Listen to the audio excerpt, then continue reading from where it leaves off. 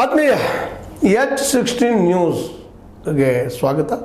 ನಾನು ನಿಮ್ಮ MI ಅಥವಾ ಮಲ್ಲಪ್ಪ ಜೋತಾವರ್. ಆತ್ಮೀಯರೇ, ನಮ್ಮ ಲಕ್ಷ್ಮೀಬಾಯಿ ಹೆಬ್ಬಾಳ್ಕರ್ ಅವರು ಭಾಳ ಬುದ್ಧಿವಂತರು, ರಾಜಕೀಯದಲ್ಲಿ ದಿನಕ್ಕೆ ಬಲಿಷ್ಠರಾಗ್ತಾ ಇದ್ದಾರೆ ಅನ್ನೋದು ಅವರ ಒಂದೆರಡು ಸ್ಟೇಟ್ಮೆಂಟ್ಗಳಿಂದ ನಾವು ತಿಳ್ಕೊಬೇಕಾಗಿದೆ. ಇತ್ತೀಚೆಗೆ ಈ ರೇಣುಕಾ ಯಲ್ಲಮ್ಮ ದೇವಸ್ಥಾನ ಅಭಿವೃದ್ಧಿ ಅನುದಾನ ಒಂದು ನಮ್ಮ ಎಲ್ಲವನ್ನ ಏರಿಯಾ ಸವದತ್ತಿ ಏರಿಯಾಕ್ಕೆ ಅದು ಡೆವಲಪ್ಮೆಂಟ್ ಸಲುವಾಗಿ ಒಂದಿಷ್ಟು ತುಟ್ಟಿಬಿಡಿಯಾಗಿದ್ದು ಮಾಡಿದ್ದು ನಾವು ಪತ್ರಿಕೆಯಲ್ಲಿ ನೋಡಿದ್ವಿ. ಅದರ ಕ್ರೆಡಿಟನ್ನು ತಾವು ತೊಗೊಳ್ಬೇಕಂತ ತಿಳ್ಕೊಂಡು ನಮ್ಮ ಹಾಲಿ MP ನಮ್ಮ ಸಜ್ಗೋದ ಶೆಟ್ಟರ್ ಅವರು ಪ್ರಯತ್ನಿಸಿದ್ರೇನೋ ಅನ್ನುವಂಥ ಸಂಶಯ ಮೂಡುವಂಗೆ ಒಂದು ಸ್ಟೇಟ್ಮೆಂಟ್ ಕೊಟ್ಟಿದ್ದಾರೆ. ಇವರು ರಾಜಕೀಯದಲ್ಲಿ ಮೇಲೆ ಇವೆಲ್ಲ ನಡೆಯುವಂಥವು ನಾಮತ್ ಬೇರೆ.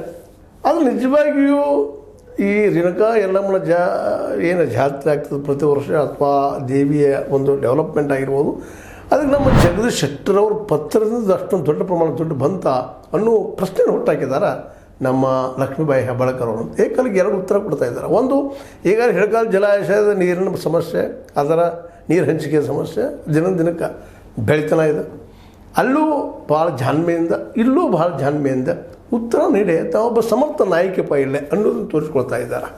ಹೌದು, ಬೇಕು ಮತ್ತು ಹೊರಗೆ ಬರಬೇಕಾಗ್ತದೆ, ಓಪನ್ ಆಗಿ ಮಾತಾಡಬೇಕಾಗ್ತದೆ, ತಮ್ಮ ಶಕ್ತಿಯನ್ನು ತೋರಿಸ್ಬೇಕು ಆಗ್ತದೆ.